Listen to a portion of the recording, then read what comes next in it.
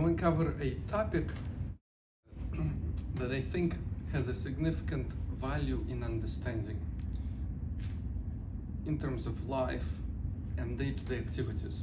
There's a lot of holidays coming in. A lot of holidays were loaded. Our year is loaded with a lot of holidays closer to the end. On various topics, for various cultures, for various traditions, and so on. A lot of people reflect on their year as they get closer to the holidays, as they take stock of what they have done, and they try to catch up on some goals as well for the end of the year, because they may have something to do with their yearly resolutions, and they say, oh, I have 3 more months, and they try to work through it as well. At least I have some goals that kind of hang out till the last part of the year, and then you try to catch up on some as well, right? So the topic is about the book of life. The book of life, or your balance sheet, right? In our world, we have multiple books how we measure ourselves. Our resume, our CV is somewhat representation or a couple of pages from book of life. Your own life, right? And there is also your balance sheet. What do you have in your bank? What do you have in your assets, and so on. So the topic becomes, when it comes to your own measure and your own book, how do you measure wealth? How do you measure assets? How do you measure what you have accumulated for the year, or what you have spent for the year? So we tend to measure wealth by physical assets, or in current world, digital assets as well. And your success is measured by how much you have accumulated. A lot of attention goes to it. So, and we pass this to our kids, and many times as a law that of success. What I want for us to consider today is that your wealth is also not only what's in your bank, but it's also what's inside of you. Your wealth is your DNA. DNA is something that you're born with, and DNA is something that you can impact with your decisions, environment that you live in, but still with your decisions. And so you can get to insolvency by having plenty of financial assets, plenty of real estate, but you yourself will be insolvent when it comes to ability to live. Meaning you may have everything, and you may have no vitality or no resources to actually utilize any of these assets that you have accumulated over time, and you might not be able to keep them because your vitality is not there to sustain your life. And there is plenty of efforts, and I'm sure you've seen it on the news, with a couple of guys investing in life extension technology across various world centers, from Japan to US to Europe and so on. So life extension is also something that you can control now. A lot of life extension products are based on supposedly revitalization and re-energizing your cells. Well, you yourself, with decisions that you make now, can impact the speed of how your cells are getting used up, how fast the cell gets worked through and destroyed and needs to be replaced. And it so comes to organs. Your organs don't have to go through the concept of rejuvenation. You can also start with the concept of correct utilization of an organ, correct correct preservation of vitality. So when you look at stock at the end of the year and you look at it and say, hey, how well am I doing? The question is how much you have gotten in return for the vitality that you have utilized. Are you increasing your physical assets, your virtual assets, your experiences, your development, right? Things what we call sometimes soft skills, which is probably not the best term anyway, your human skills, or are you reducing your vitality? I remember when your sister was here, I was trying to convey the point of economics 101. We tend to look at economics outside of us. We understand a deficit. We all know what a government deficit is. It's all over the news over here. We understand that. Some of us in the business world, we understand insolvency, we understand balance sheet, we understand accounting principles, we understand expected value. But when it comes to economics 101 of you, yourself, we forget, and it doesn't connect, that your success depends on your ability to function tomorrow, on your ability to function today, your creativity, your attention to work environment depends on actions that you do now. And so assets equals equity and liability becomes a question, how do you pursue yourself? Remember, your organs are assets. The combination of those organs are made out of cells, and cells make organs, and eventually organs together with the spark in you makes you. And supposedly you are an entity, you are a corporation of yourself, you're LLC of yourself. We all understand what maintenance is. We, in fact, supposedly must save a percentage of your annual income for 401k, but also for real estate maintenance because you have to replace it. And in big companies, when it comes to real estate investment, it's a required line. You must allocate certain budgets as a reserve to deal with surprises. Well, when it comes to human, what is your reserve? How can you allocate the reserve where you need to clutch? You can obviously hear to these principles of you must sleep well, you must manage your sleep, you must manage your diet, you must manage your stress level, you must manage your state of happiness, your physical body, and so on. So there are supposedly advices. Those advices are all over the internet. In any magazine that you go out and pick up, there will be an advice on this topic.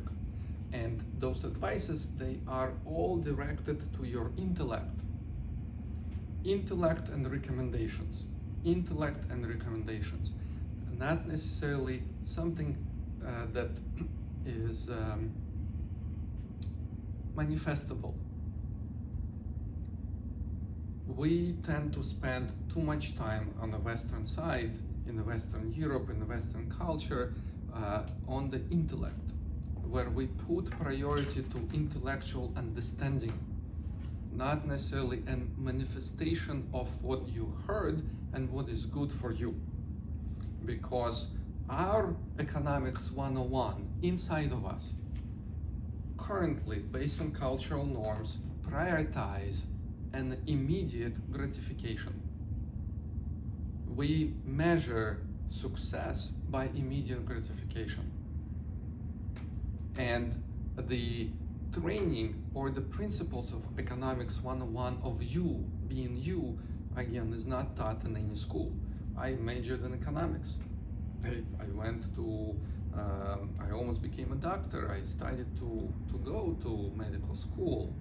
And throughout my studies, there was never the concept of your own economics.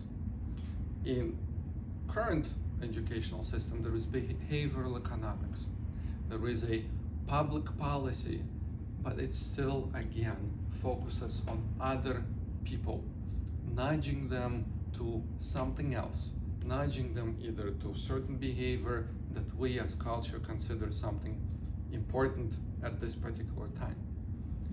We don't spend enough time explaining, teaching, and eventually manifesting the concept that your wealth is your tree of life, your DNA. Your results, your action will impact the next generation.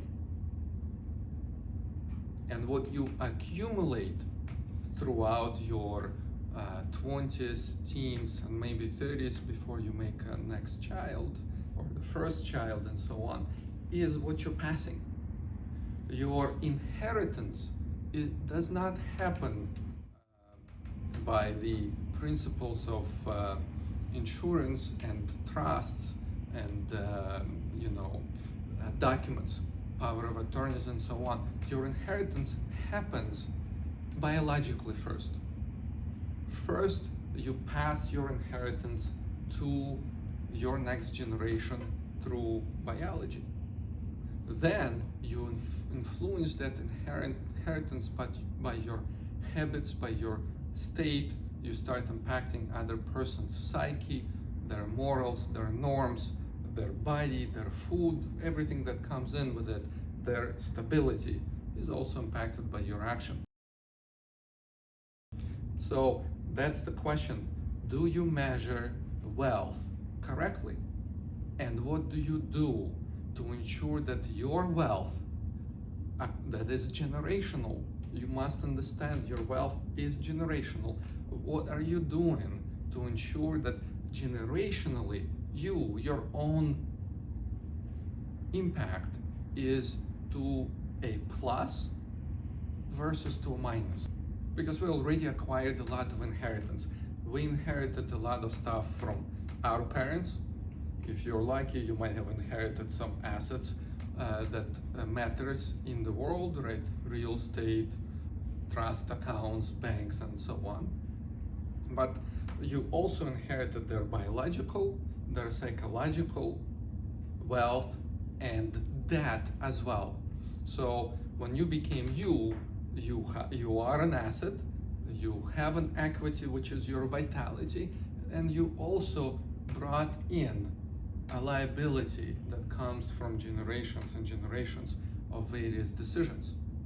And you are now the person in charge of the future for next generation. You have the ability to start reducing the liability in you yourself.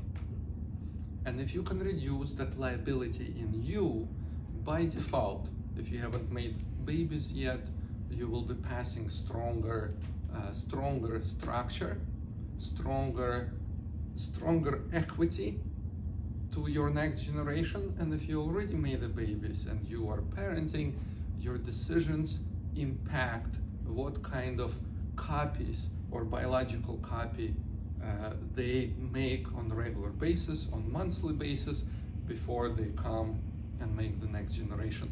So from evolutionary perspective, practice HORA as a training allows a person at minimum to start taking control of his or her evolutionary change and take that control in your own hands. So there is an evolutionary economics. There is a social economics, there is a public economics, but then there is also evolutionary economics. Evolutionary economics of a species. So if there are programs in universities and there are plenty of books that deal with economics on public policy, on private enterprise and so on, you have to understand that all society, all private and public activities is made by individuals. So one first must understand evolutionary economics 101 and what he or she can do on that particular scale. So in practice HORA, we train calmness in action. And that training of calmness in action does what? It helps you to act in calmness when you're dealing with intellectual challenges, where you're dealing with emotional challenges, where you're dealing with physical challenges. You are training how to preserve your assets, or how to accumulate that equity on a species level, on biological level, and reducing the liability that you have accumulated historically from your actions or through wealth and liability that you got from your parents. By learning how to be calm in action, you preserve your vitality, and you don't have to increase a deficit in you. If you don't increase deficit in you, you don't increase deficit in your family unit, because we all know that unfortunately the cost of medical support is not cheap, and eventually comes out from a family budget one way or another. You will still have to deal with that liability in the future. So why don't you deal with this liability in the present? It's cheaper, it's more effective, more pleasant to deal with your evolutionary economics now than it is 10 years from now, 5 years from now, or 30 years from now. You can try to run away from those concepts, but the life is made in such a way that you cannot run away from your biology. You won't be able to run away from your emotional state, your intellectual state, and your physical state. And the requirement for you to participate in a social structure and social economics in public activities is such high in this particular time interval that you utilize your assets too fast.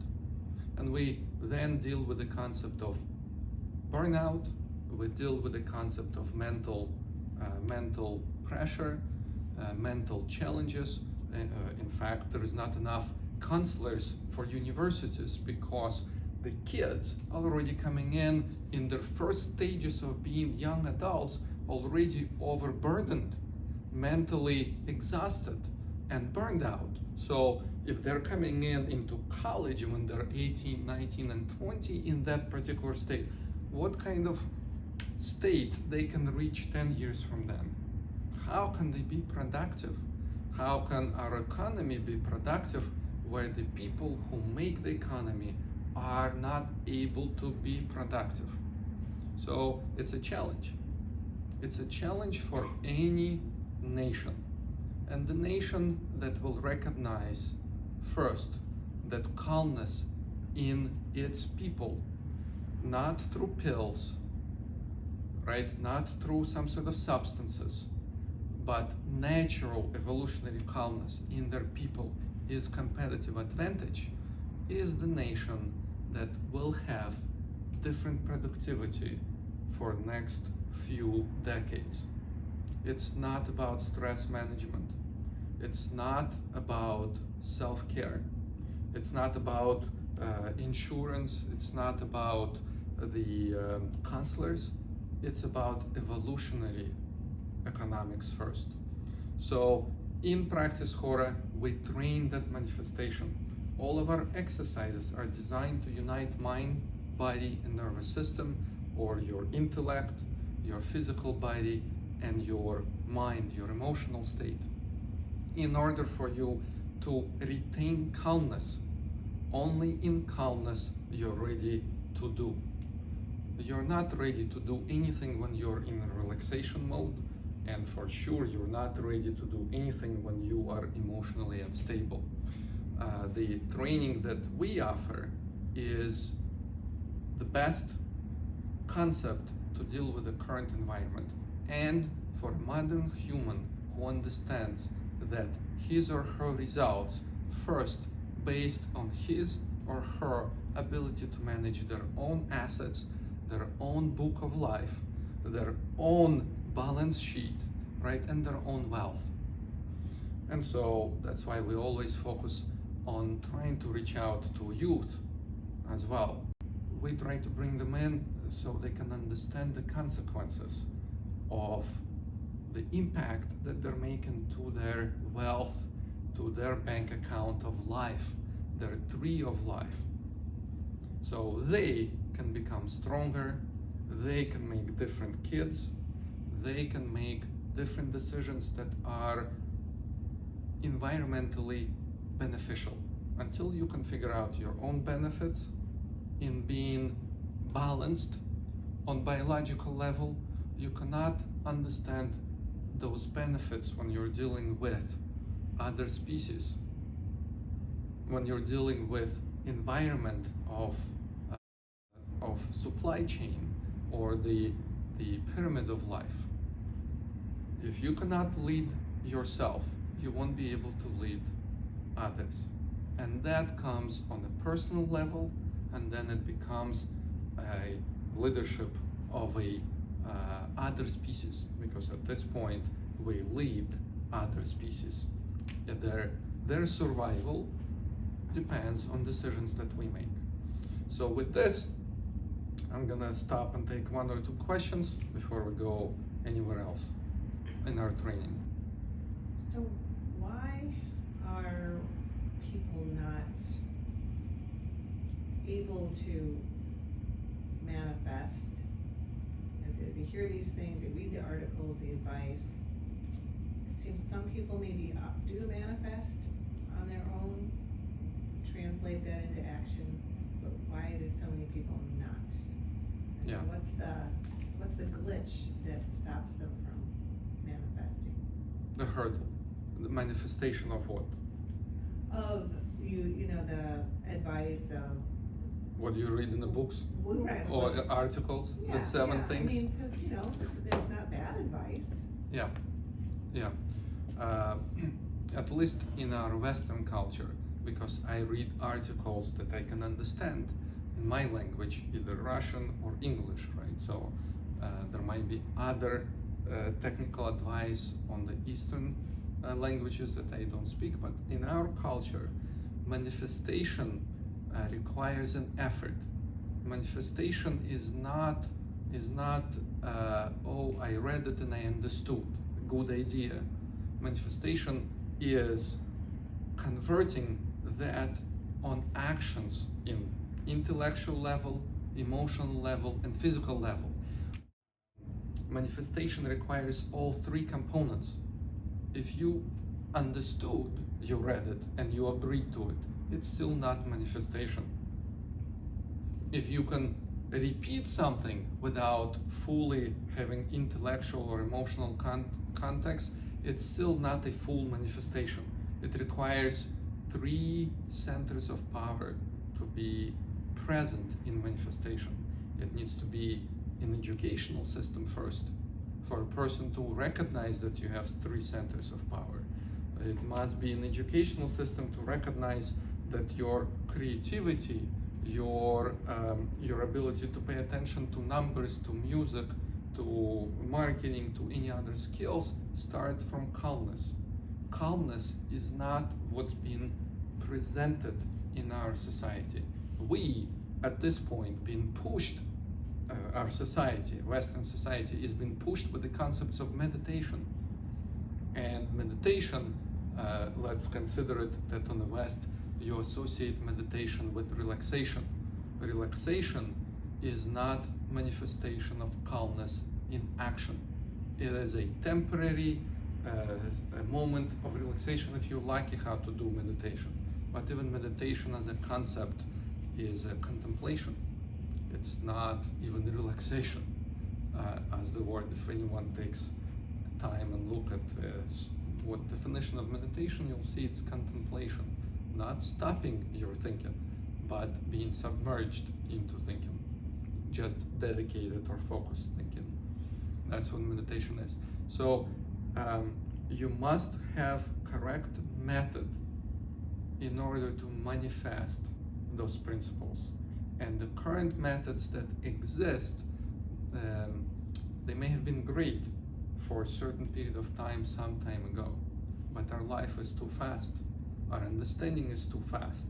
We live longer, right? Our life is no longer until 40. Most of us will live until 80s and 90s and so on, and you still have to be productive, useful, and you have to have resources to live, right? Physical resources, digital resources, and first of all, your own structure must be able to carry you if you want to be productive. And it's time for the society, for any society that want to have productivity in their economics, you must focus on evolutionary principles of a human being, not through pills or magic revitalization of cells or replacements of cells. Is how do you manage that from the beginning? What kind of information do you provide in schools? How do you support nutrition, right? What do you approve when you are a regulatory authority? What do you sell on your shelves if you are in a business, right? What do you produce when you're a food manufacturer, right? And what kind of principles and measures do you teach in classes? When it comes to philosophy, when it comes to psychology, when it comes to biology, we learn perspective from outside. That's the gap. Well, and with the whole evolution of medicine, it sold us on a belief that, well, if something goes wrong, we can fix you, you know? So we probably as a species got lazy about taking care of ourselves. Like, you know, we'll fix it later. That's right. From evolutionary perspective, we got sold comfort. And comfort is something that you try to achieve. We start being sold a guarantee that you have an insurance that will cover you all of your out of pocket expenses.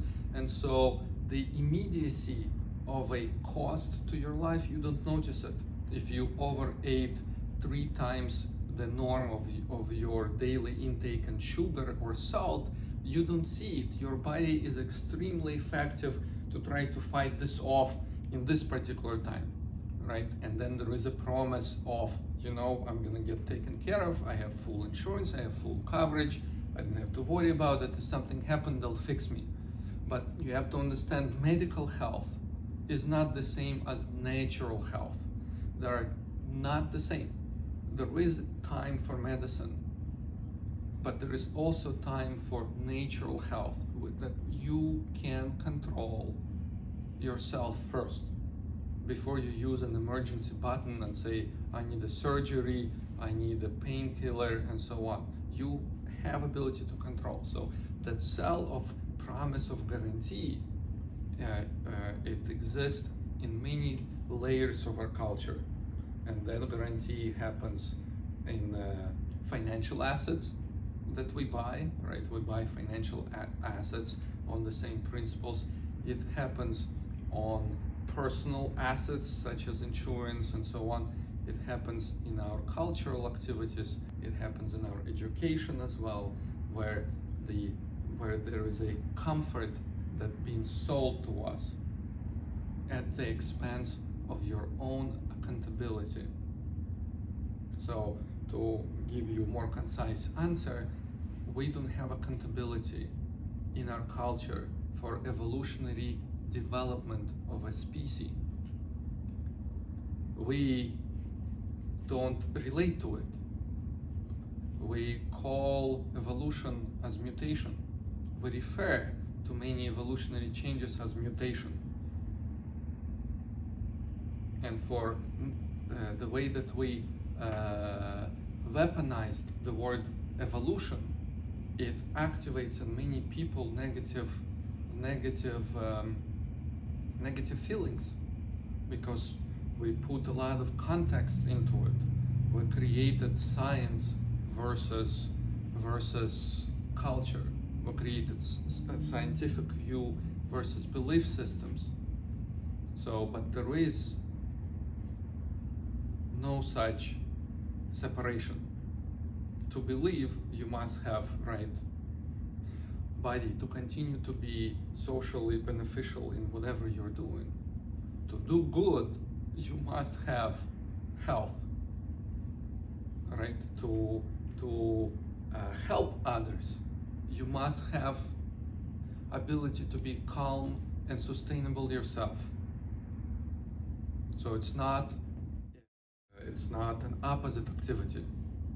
So that's our challenge.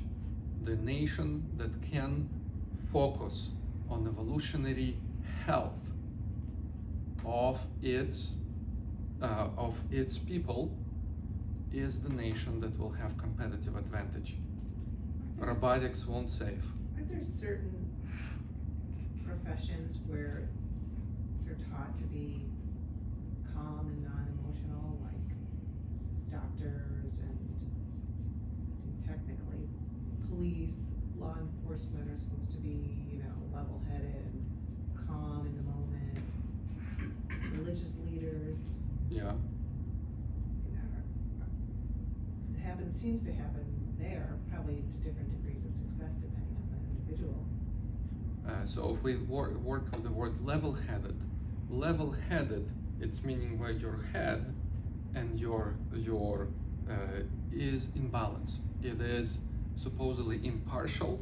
It is supposedly rationally processing information that you're receiving, and it's supposed to have no biases or preferential treatments. Right? That's what level-headed person is. Remember, for your brain to work, it's still a biological entity. It's still a biology. It still needs to have a right amount of oxygen. It needs to have clean up in your cells, because as you think, as your brain thinking, it produces byproduct. That byproduct needs to be cleaned out. Your ability to deal with pressure in salt or other things requires for your entire system to be in a correctly aligned mobilization where it doesn't use up your vitality. We all know as parents, a lot of us are parents over here, with the fact that your body has shortcuts. You take sometimes shortcuts. You don't always explain stuff that you need to explain because you have other deadlines. And it's meaning person must be able to slow down and reprioritize stuff. In many cases, we do the shortcut and we raise our voice or give a command, right? We do it in our own family, where you supposed to be the level-headed person when it's time for you to bring up the next generation.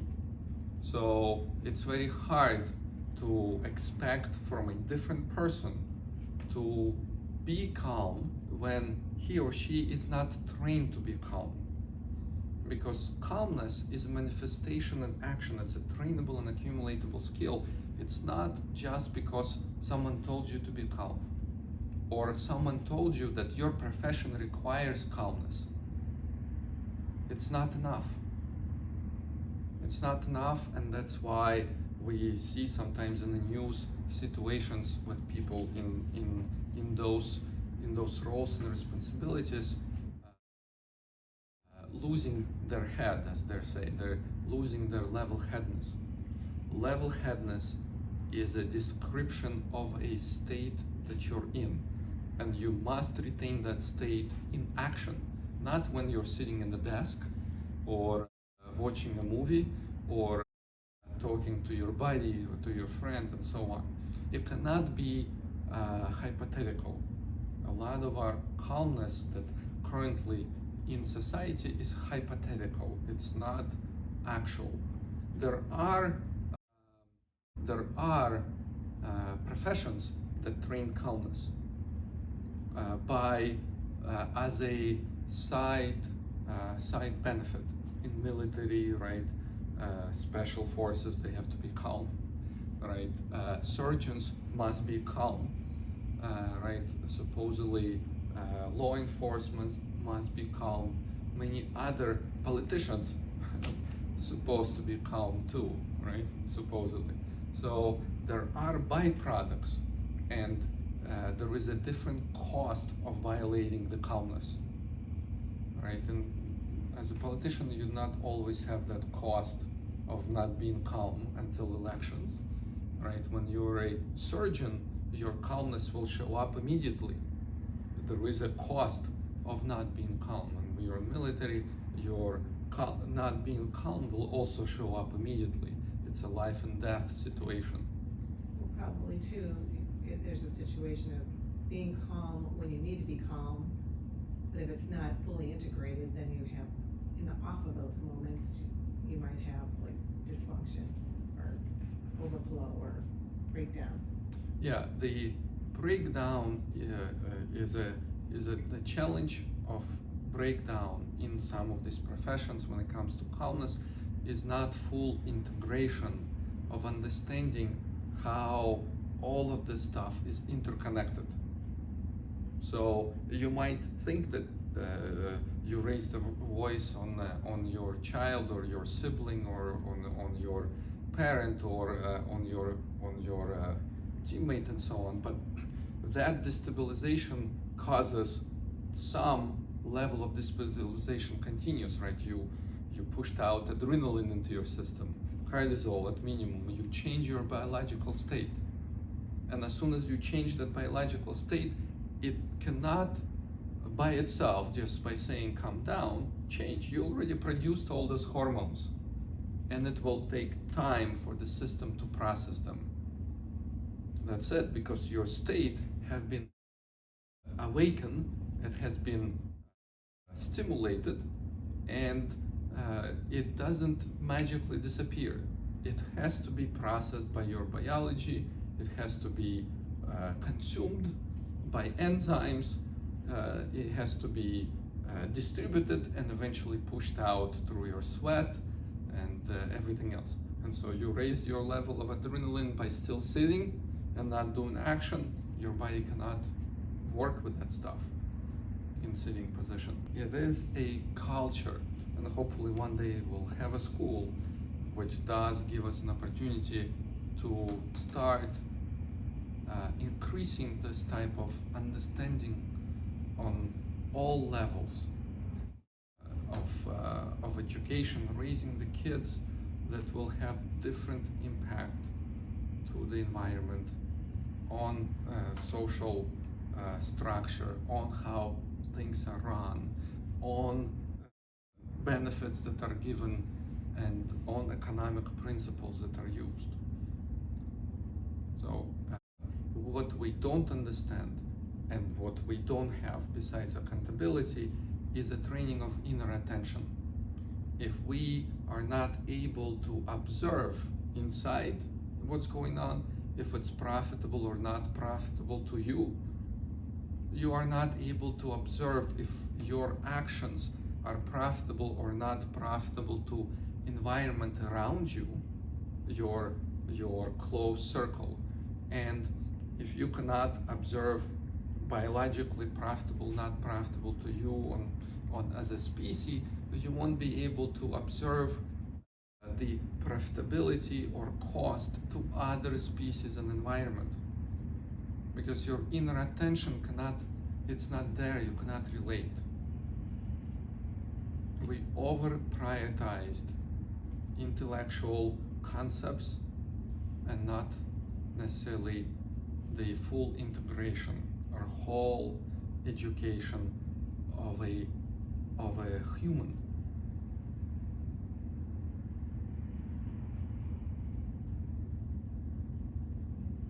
All right, so with this, we're gonna go to our training. Remember, training of inner attention is what gives you eventually the ability to be effective with managing your own assets, with managing your biological state, with managing your wealth, your own wealth, next generational wealth, and people around you. So let's go and do our exercises.